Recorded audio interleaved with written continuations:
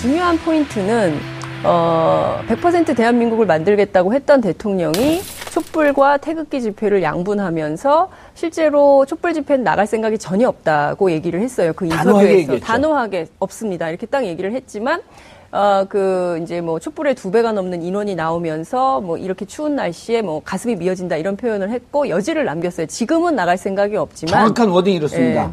29분 54초. 네. 그것은 아직은 정해진 바가 없습니다. 네. 곧 나가겠습니다. 그럴 수 있다고 보여집니다. 그러면 대통령이 예컨대 이 태극기 집회에 나간다면 그 다음은 정말 2개의 대한민국이 되는 것이고요. 반대로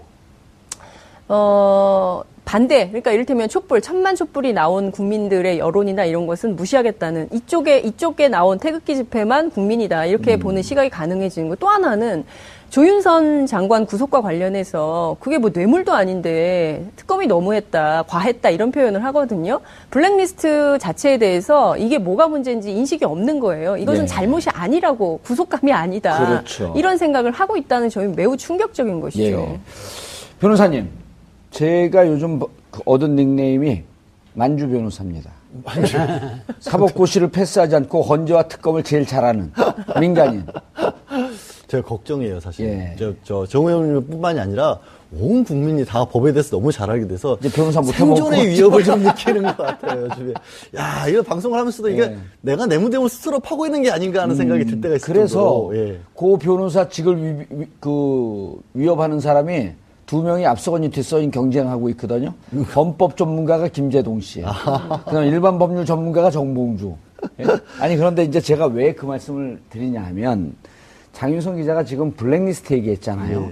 근데 블랙리스트는 사실 평상시 같으면 5년 이하의 징역, 그렇죠. 10년 이하의 자격정지, 1,000만 원 이하의 벌금.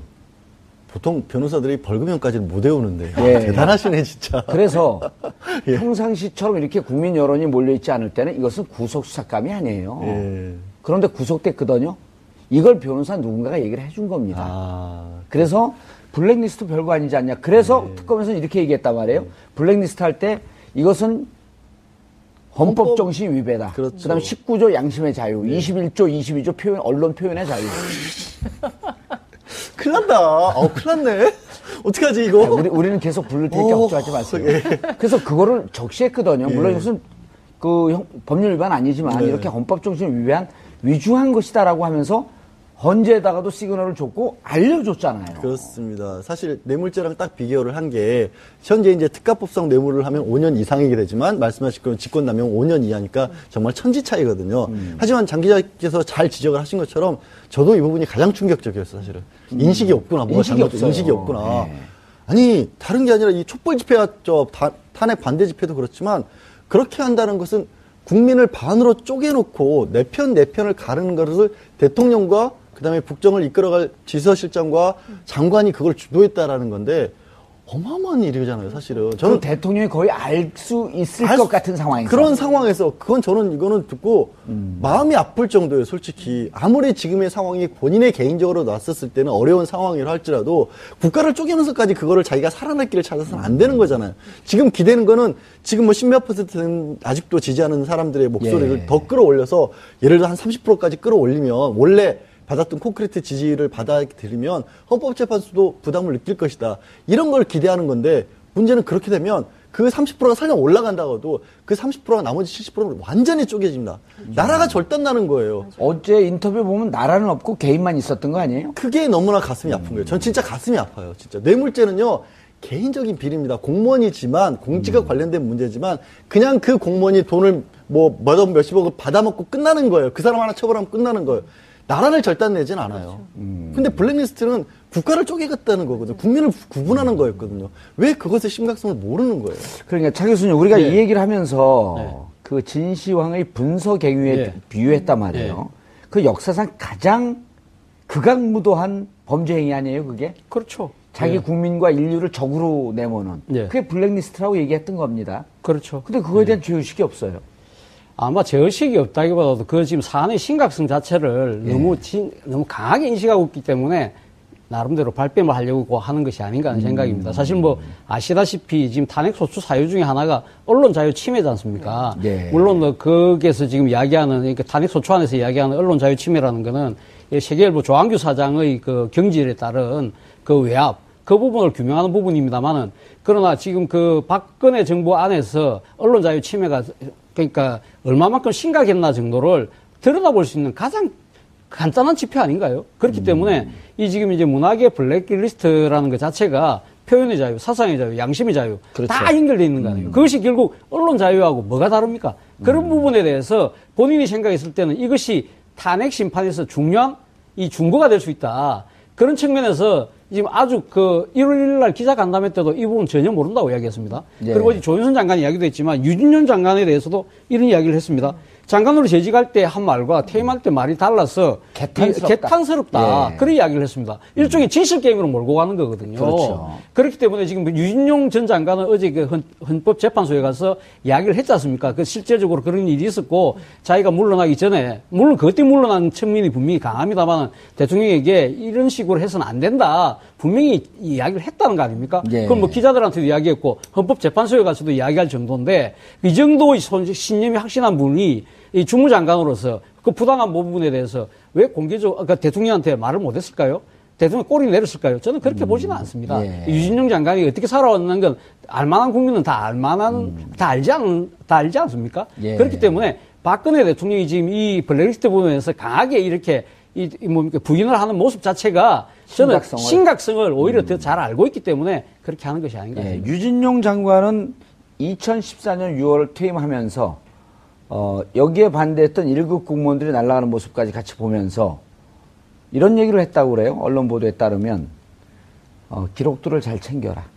그 함의가 많거든요. 지금은 그렇죠. 우리가 말할 수 없지만 언젠가 이것에 대해서 진실을 얘기할 시기가 올 것이다. 그러니까 그 전에는 옥죄어서 말을 못했지만 분명히 이런 얘기를 할 것이다라고 하는 복선은 있었던 거거든요. 아마 유진용 장관 정도의 그 경륜이라고 한다면 당장은 자신이 그렇게 이야기를 하지 않지만 어느 정도 정권의 말기가 가면 이러한 여러 가지 폐해들이 드러나게 되면 본인이 그때서는 이야기를 해서 이 바로 잡을 수 있을 거라는 아마 일말의 기대 같은 걸 갖고 있지 않아 하는 생각입니다. 예. 진짜 말씀하셨을 때 예. 분석경비라는 표현을 쓰셨고 저도 그 표현을 썼는데 그렇게 생각하실 수 있는 것 같아요. 야, 진시황 때 그때는 정말 책 불태우고 선배들 진짜 구덩이에 몰아넣어서 죽인 건데 그 정도까지? 그 정도까지라고 하는데 실제로 그런 정도인 게요. 출판계들 굉장히 열악한 거 아시지 않습니까? 예.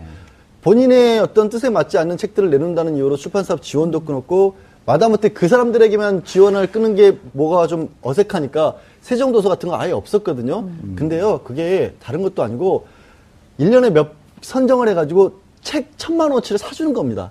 1,000만 원을 주는 것도 아니고 책 1,000만 원어치를 사주면 거기서 출판사 몫이 어느 정도 떨어지고 작가한테 인세 한 10% 정도가 가는 거예요. 그렇죠. 근데 책 한 권 쓰기 위해서 물론 의원님은 뭐 베스트셀러 작가시니까 그 고충을 모르겠지만 6개월 1년 걸려가지고 한 권 써가지고요 남는 인세 출판사에 떨어지는 거 맞습니다. 생존권을 위협한 거예요 실제로. 그렇죠. 그거를 잡고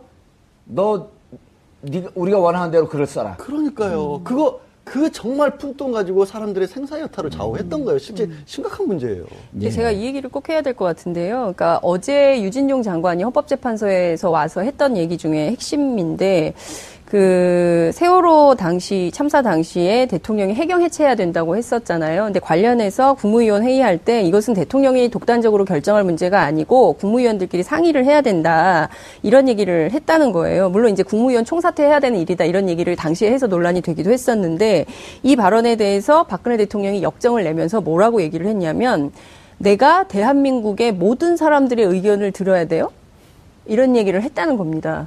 그 말에 굉장히 충격을 받았다는 거예요. 그러니까 대한민국의 모든 사람들의 의견을 듣지 않겠다는 거죠. 그러니까 이미 자기를 대통령만 지지하는 사람들의 얘기만 국민 거예요. 듣겠다. 그러니까 본인을 지지하고 본인 얘기에 찬동하는 사람들만 국민인 것이고 그 밖의 국민은 국민이 아니다라는 인식이 2014년 6월에도 있었다는 것이고요. 또 하나는 그 블랙리스트가 그러니까 김기춘 비서실장이 임명이 된 후에 블랙리스트 요구가 본격화되는데 그때 뭐라고 얘기가 들어왔냐면 예술인들을 응징해야 된다. 그리고 불이익을 줘라. 라는 것이 분명했다는 거예요. 우리가 응징이라는 단어를 누구에게 씁니까? 저는 주로 북한. 북한을 응징해야 된다라는 표현을 국방부에서 많이 써요. 군사 용어거든요. 근데 자신과 반대, 자신과 세월호 참사 당시에 왜 국가란 무엇이냐, 왜 아이들을 구하지 못했느냐, 대통령의 인식처럼 그 구명조끼를 입었다는데 왜 아이들을 못 꺼내는 거냐라는 국민적인 비판과 요구가 있었어요. 그것을 풍자했던 예술인들을 응징하고 불이익을 주라라는 것이 청와대 대통령의 입장이었다는 거예요. 그러면 이 자체로 반대 세력은 모두 공격하고 없애라. 분석형이하고 똑같은 것이죠. 어떻게 응징이라는 단어를 쓸 수 있습니까? 예. 지금 장 기자님이 좋은 말씀 하셨는데, 안종범 수석의 노트를 보면요. 이런 표현이 나와요. 교과서 국정화 때 공격, 대응, 재공격. 이게 국민을 상대로 좀 전쟁을 하는 거거든요. 아니, 임영환 전 민정수석 그 비망록으로 제가 기억을 하는데 거기는 이제 김기춘 전 실장이 했다는 말로 지금 기억을 하거든요. 정확하지는 않습니다. 예. 근데 거기에는 말살이라는 단어도 나옵니다. 심지어 말살. 이거는 말살. 제가 어이가 없어서 뭐라고 말도 못 하겠네요. 사실. 예. 차 교수님. 네. 이게 이제 아까 장 교수님도 그 얘기를, 장 기자님도 그 얘기를 했고, 이제 양 변호사님도 그 얘기를 했는데, 이거라 말이에요. 그것은 아직은 정해진 바가 없습니다. 태극기 이른바 극우 집회에 나가는 부분에 대해서 나가겠다는 거거든요. 가능성은 충분히 저는 있다고 봅니다. 근데 이렇게 나가게 되면 유혈 사태랍니다. 지금 그 집회를 가보면, 그 집회를 가보면 상당히 과격한 표현이 나온답니다. 촛불을 죽여야 된다. 촛불 죽여야 된다고 군이 뭐 하고 있느냐, 뭐 하고 있느냐, 총 쏴야 된다고 이런 얘기까지 나온다는 거예요. 이야기까지 나오고 있죠. 그런 자체가 어떻게 보면 내란 선동을 하고 있는 그런 측면이 다분히 있는데 그런 장소에 지금 이제 업무가 정지돼 있지만 그래도 아직은 대통령이지 않습니까? 대통령이 그 장소에 나가서 힘을 실어준다는 그 자체는 전혀 적절치 않죠. 그거는 어떻게 보면 유혈 사태를 유도하는 거 아니에요? 뭐 제가 그렇게 단정적으로 이야기는 할 수는 없습니다만 추정적으로 얘기해 보세요. 그런 부분에 대해서 아마 근데 저는 뭐 그런 생각을 해봅니다. 대통령이 설사 그런 생각을 갖고 있다 하더라도 예를 들면 대통령이 그렇게 나가는 부분에 대해서 지금 청와대 참모들이 어떻게 지금 이 대통령을 뭐 지금 보좌는 공식적으로 못 하고 있습니다만은 이럴 때 진짜 아니 되옵니다는 목소리를 높여야 될 때죠. 알겠습니다. 양 변호사님. 그 정도를 해야 그래도 이 사태에 대한 책임을 조금이라도 그렇게 할 사람들이면 여기까지 안 왔죠.